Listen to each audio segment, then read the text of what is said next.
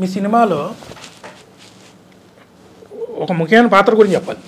ఊరి చివర నరమాంసం తినే ఒక ముసలావిడ, అలాగే ఊరి చివర ఉండే మంత్రగత్తె.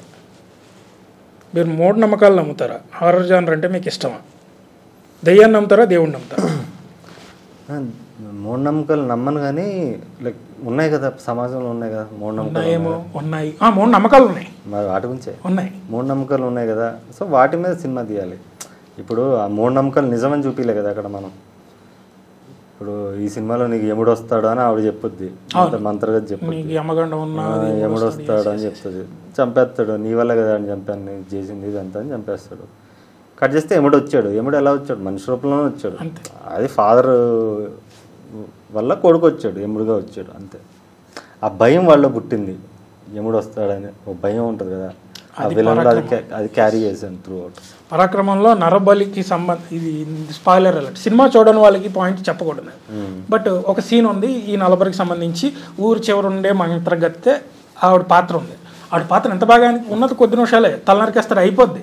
కానీ ఆవిడ పాత్ర ఒక క్షణం పాటు జమ్మని మీ మార్క్ అనేది చూపించింది. ఎందుకు చూపించిందంటే, ఊరు చివర మనిషి మాంసం తినే ఒక ముసలావిడికి శత్రువుల్ని బలి చేసే ఒక విలన్ అందులో నిర్బంధం 2లో ఏకంగా సొంత వాళ్ళనే ఇచ్చేస్తాడు. బాడీ స్మెల్ వస్తాయి కదా, ఆ వాసన నాకు ఇష్టం, అది నీకు కంపు కావచ్చు, నాకు సువాసన అని చెప్తుంది.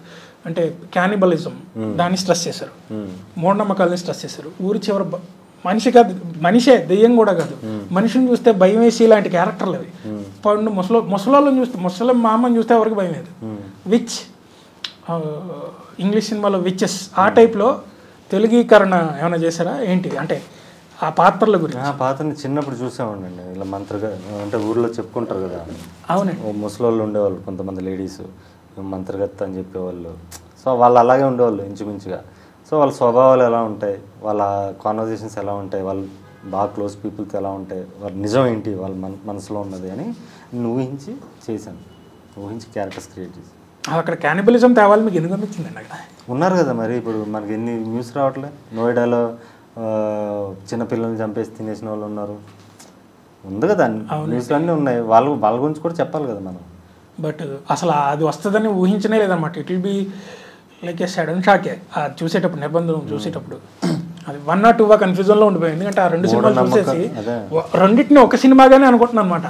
మూఢనమ్మకాలు అనేవి జనాల్లో ఉన్నాయి ఇప్పటికీ, అన్ఎడ్యుకేటెడ్ పీపుల్లో ఉన్నాయి. ప్లస్ ఈ క్యానిబలిజం ఇలాంటివి కూడా ఉన్నాయి బయట. అంటే వికృతమైన మనుషులు ఉన్నారు, వాళ్ళని చూపించాలనిపించింది, వాళ్ళని కథలో మిళితం చేసి చూపించా. అండ్ హారర్ జానర్, దెయ్యాలు నమ్ముతారా? దెయ్యాలు అంటే నమ్మడాలు ఏముండవు, కానీ దేవుడు ఉంటే దెయ్యం కూడా ఉంటుంది అనుకుంటా, అంతే. హారర్ సినిమా తీస్తారా? తీను నాకు అలా జానరా పెట్టి సినిమాలు తీయడం ఇష్టం ఉంటుంది. దెయ్యం కథతో సినిమా తీయాలి ఇప్పుడు చెప్పండి, తీరా?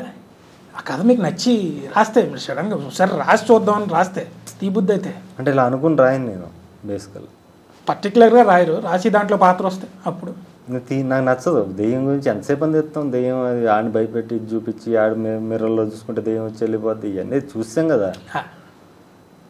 అలా ఏం లేదు ఇంట్రెస్ట్. అంటే ఈ జానరా తీయాలి, ఈ జానరా తీయాలని తీయను. మనిషితో భయపెట్టారు మీరు, దెయ్యంతో కూడా. అంటే మనసులో ఇది తీయాలనిపిస్తే తీస్తా.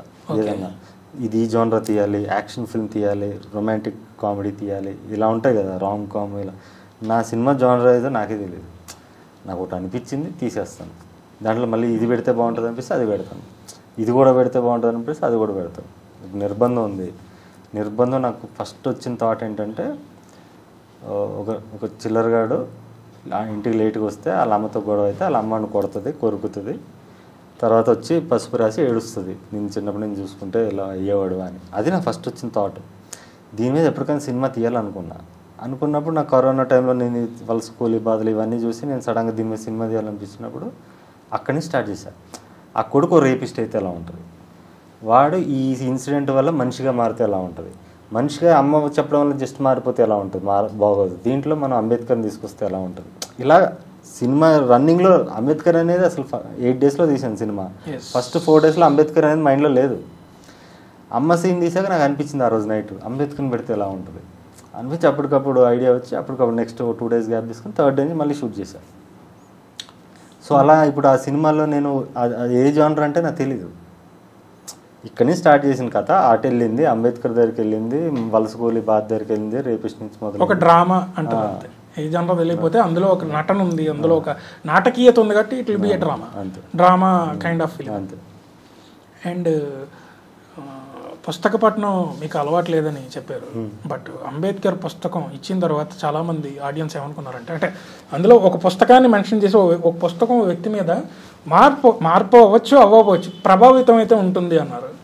బట్ నేను ఆ సినిమాలోనే చెప్పా, సినిమాలోనే అందులో సంస్కృతం ఉంటుందన్న ఏం అర్థం కాదు. వాడు అంటాడు సంస్కృతం ఉందిరా అందులో ఏం అర్థం కాలే అంటాడు, బుక్ చదివినామని అడిగితే. పేపర్లో కనిపిస్తుంది కదా అలాంటి భాష, అలాంటి భాష వీడికి అర్థం కాదు, చదువులేదు వీడికి, ఫస్ట్ అది అర్థం కాదు. వాడేంటంటే ఇప్పుడు దేవుడు ఉన్నాడు, ఆంజనేయ స్వామి బొమ్మ పెట్టుకుని నాకు ఆంజనేయ స్వామి ఉన్నాడు అంటాడు, లేకపోతే జీసస్ది పెట్టుకుని నాకు జీసస్ ఉన్నాడు అంటాడు. అదొక పవర్ అంతే. అలాగే అంబేద్కర్ పుస్తకం చూసి నేను నాలో మార్పు వచ్చిందని ఫీల్ అయ్యి వాడు మారాడు. అలా స్పిరిచువల్గా తీసుకున్న మనిషిని, ఆ క్యారెక్టర్ని, ఆ పుస్తకాన్ని వాడు మారాడనే చూపించాను తప్ప వాడు పుస్తకం చదివి దాంట్లో నాలెడ్జ్ వచ్చేసి వాడు మారిపోయాడని చెప్పాలి. అదే పుస్తకం ప్రభావం కొంచెం ఉంటుంది. పుస్తకం ప్రభావం కాదు అది, పుస్తకం మీద ఉన్న బొమ్మ ప్రభావం, ఆ పుస్తకం ఇచ్చిన ధైర్యం ప్రభావం. ఎవరైతే చింటూ అనే క్యారెక్టర్ ఇస్తాడో ఈ పుస్తకం చదువు నీలో మార్పు వస్తుంది అన్నప్పుడు ఆ ప్రభావం తప్ప బుక్ ప్రభావం కాదు బాస్. అదే పుస్తకం మీద ఏదో ఆయన అంబేద్కర్ పుస్తకం ఇవ్వకుండా అంబేద్కర్ బొమ్మ ఇచ్చినా కూడా అదే ఉండేది, అంబేద్కర్ ఉన్నాడు రా నాతో అని పోయేవాడు. నేను అదే చెప్పాలనుకున్నా, పుస్తకం నేను ఒక్క పుస్తకం చదవాలి జీవితంలో. నేను సినిమాలు చేస్తున్నా కదా, నా ఐడియాలజీ చెప్తున్నా కదా, జనాలకు నచ్చుతుంది కదా, ఎలా నేను జీవితమే పుస్తకం, జీవితం కన్నా పెద్ద పుస్తకం లేదంటాను.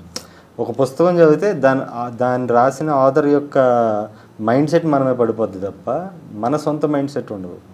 సో పుస్తకాన్ని నేను నమ్మను.